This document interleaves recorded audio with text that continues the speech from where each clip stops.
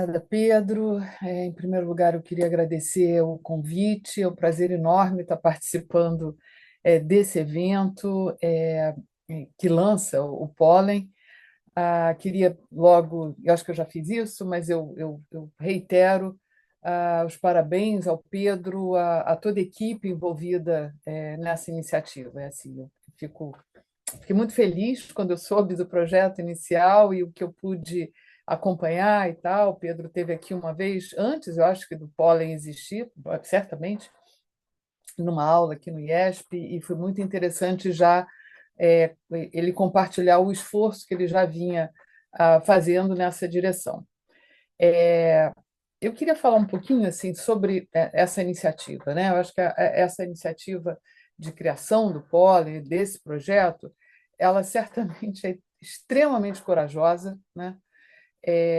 Pelo volume de trabalho que ela demanda, pelo volume de trabalho envolvido na produção no desenvolvimento e na manutenção desse projeto.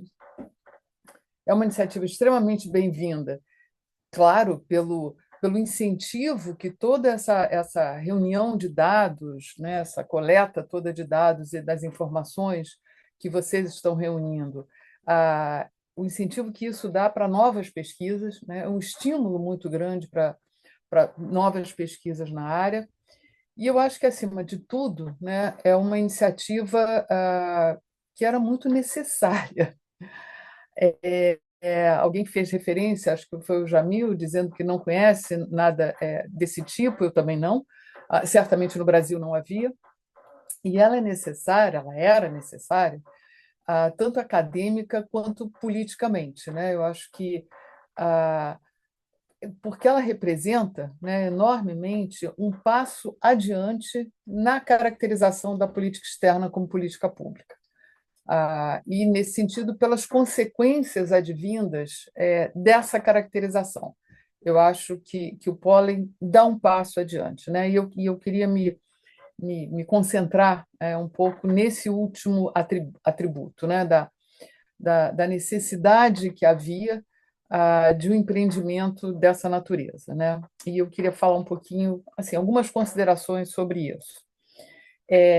Essa caracterização, né, da política externa como política pública, em particular no Brasil, ela não é nova, né?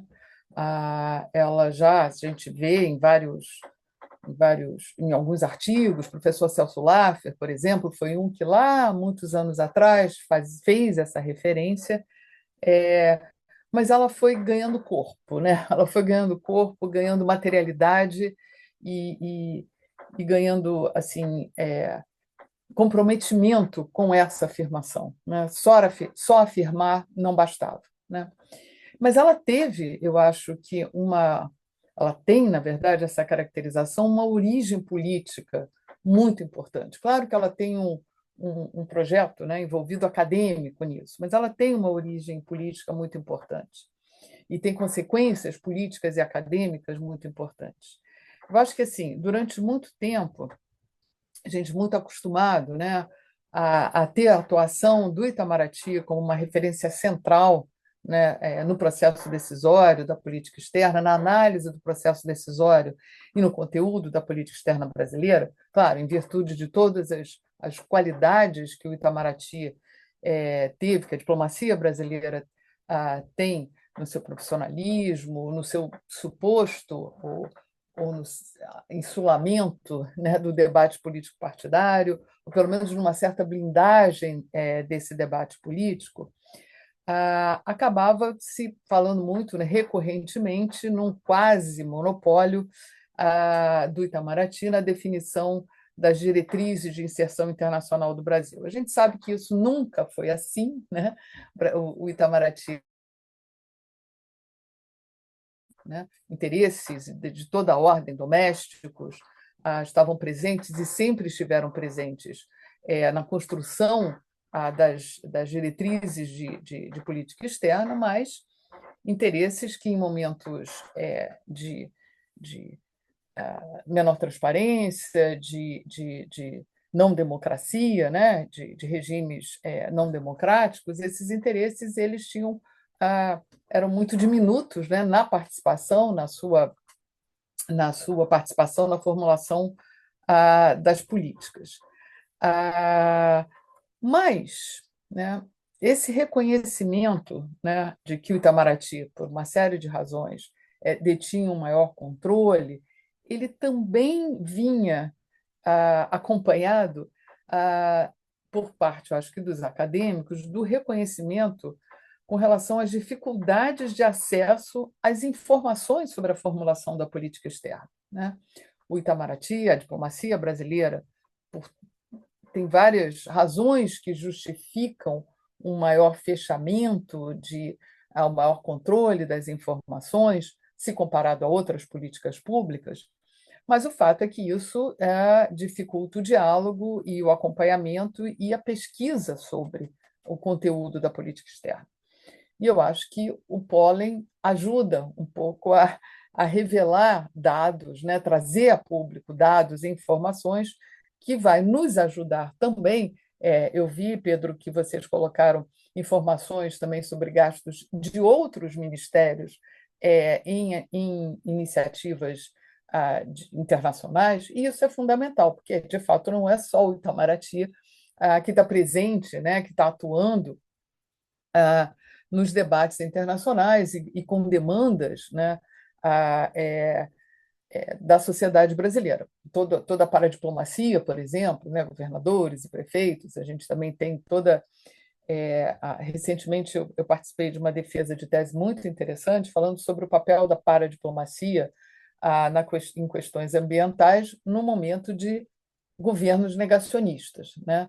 Como que governadores e, eventualmente, prefeitos e coalizões entre prefeitos de diversas cidades ajudaram, né, ou trabalharam no sentido de compensar um negacionismo climático do governo Bolsonaro. Bom, o fato é o seguinte: toda a reconfiguração, né, empírica mesmo que houve na arena decisória da política externa brasileira, em função de processo de redemocratização, liberalização econômica, não esquecendo, obviamente, de toda a complexidade do sistema internacional, as relações internacionais ficaram muito mais complexas, diluição de fronteiras entre os ambientes domésticos e internacional, a transversalidade temática, né, que apareceu, que passa a fazer parte da agenda da política externa, isso diversificou enormemente interesses, né,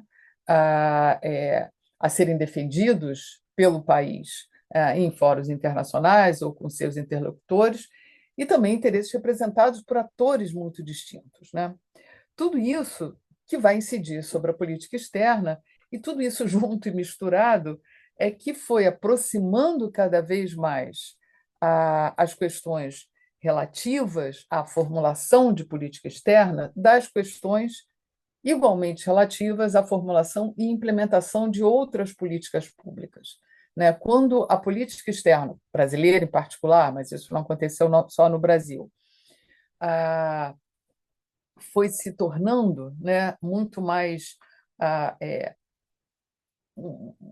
uma expressão de interesses tão diversos, de pautas tão distintas e com atores tão uma pluralidade enorme de atores na participação dessas diretrizes, isso foi levando, inclusive os acadêmicos, a perceberem que havia, de fato, né, como sempre houve, mas era possível explorar melhor isso, a, a, o diálogo da política externa com outras políticas públicas, né?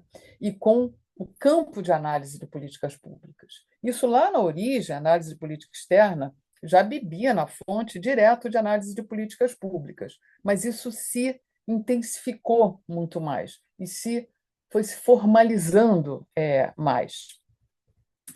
Se a gente a ideia de que a política externa, né, ela como política pública, a gente e aí eu estou falando de várias, certamente não fui eu sozinha, de vários colegas da USP, da Universidade de Uberlândia, daqui da UERJ e outros tantos da UNB e claro sempre a professora Maria Regina, que enfim, é um ícone, é um pilar dos estudos sobre a política externa brasileira, é, quando a gente começou a reafirmar, né, vestir a camisa de que a política externa era uma política pública, talvez não tal e qual as demais, mas com muito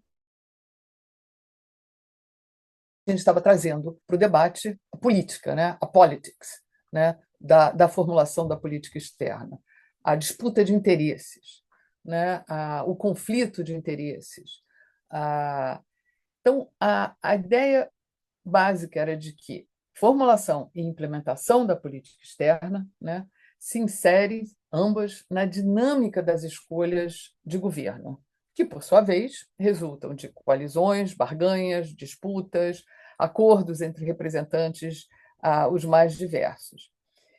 Então, aquilo que ocorrera nos primórdios, né, como eu falei, da construção da sub-área de análise da política externa, onde já existia um diálogo com o campo da análise de políticas públicas, foi se reavivando, né, foi se fortalecendo.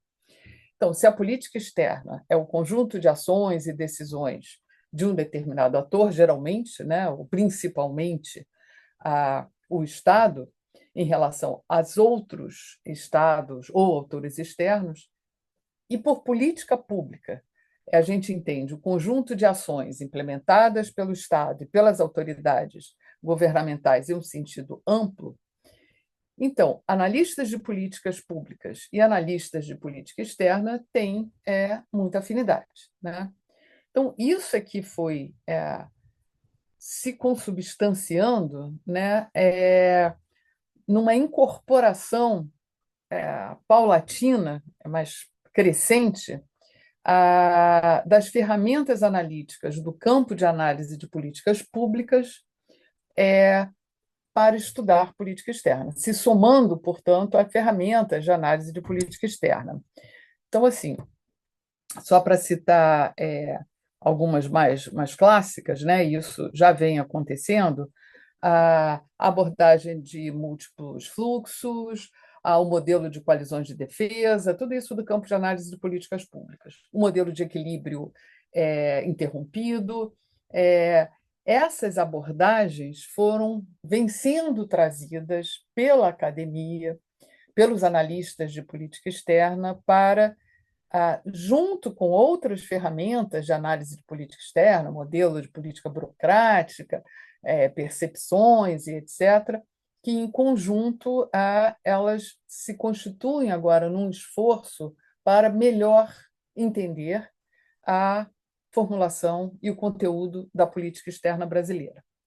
Então, assim, houve essa, esse avanço, né?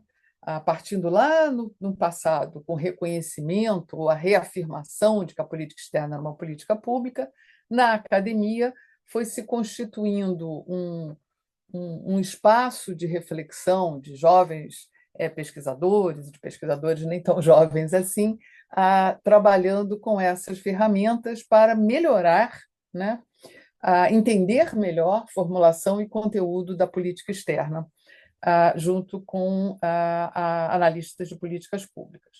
Mas tem uma lacuna, né? E aí eu vou chegar no pólen. Uma lacuna importantíssima ainda a ser preenchida, que é a dimensão do monitoramento e da avaliação de políticas públicas para o terreno da política externa, né? Monitoramento e avaliação de políticas públicas é uma das principais dimensões da área de análise de políticas públicas. E é provavelmente a dimensão mais difícil de se incorporar para o campo de análise da política externa, tá? Ou como da política de defesa também, mas eu vou me restringir a falar da política externa. E eu acho que é nesse sentido que o pólen nos ajuda a tentar preencher essa lacuna, né? Ocupar esse espaço que é crucial da área.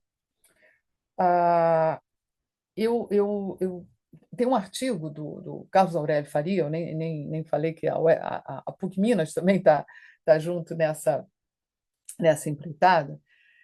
Tem um artigo do Carlos Aurélio Faria, que era, né, sempre foi um especialista em análise de políticas públicas e acabou, né, se voltando para a política externa, dada essas afinidades, e é um pesquisador dessa área também, em que ele destaca, nesse artigo, que a promoção sistemática do monitoramento e da avaliação da política externa significa não apenas um aprimoramento dos instrumentos de planejamento e capacidade de implementação dessa política, sem dúvida nenhuma, isso é um reforço, né?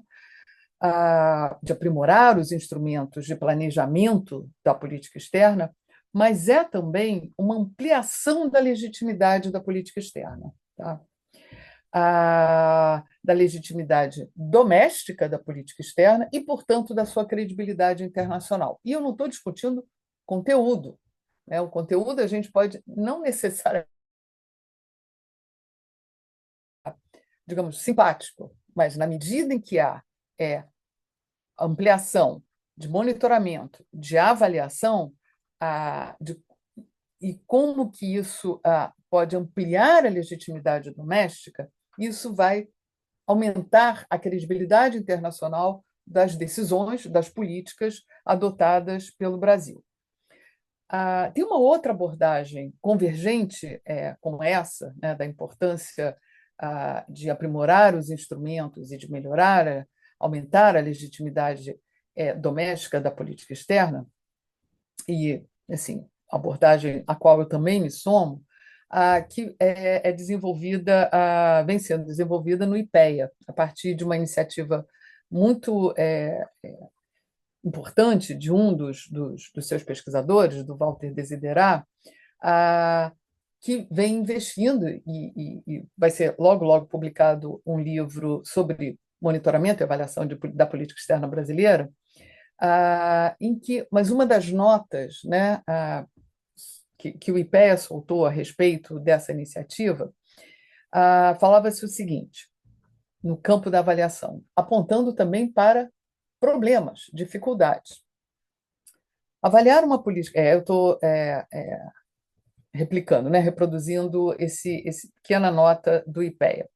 Avaliar uma política pública, como é o caso da política externa, significa verificar se os objetivos propostos foram devidamente ou em determinado grau alcançados, e vale ponderar as seguintes questões fundamentais dessa iniciativa.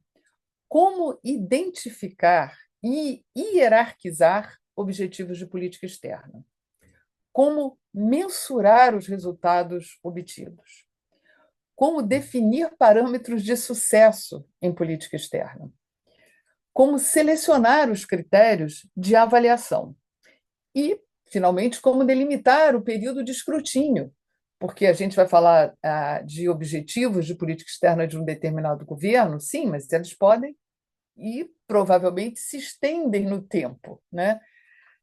Então, essas dificuldades que têm sido também apontadas, né, nesse esforço de monitoramento e avaliação da política externa, a gente também não pode fechar os olhos para isso, né? A gente quer monitorar, a gente quer avaliar, mas como fazer isso? E, por tudo isso, eu acho que a iniciativa do Pólen é louvável, porque ela não se intimidou com esses empecilhos, né? Ou com essas dificuldades. Na verdade, é um enfrentamento de dificuldades.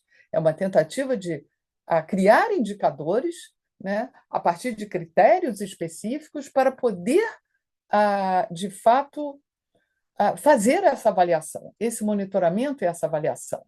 Não é uma avaliação e monitoramento de forma ensaística, né? É a partir de indicadores que vocês vêm construindo. E aí eu estou caminhando para o final, que eu também já falei um pouco demais. Eu acho que a própria concepção de sucesso em política externa, o que quer que isso signifique, eficiência, eu acho que vocês estão abrindo, vocês botaram a mão no vespeiro, né? Mas é com muita coragem, né?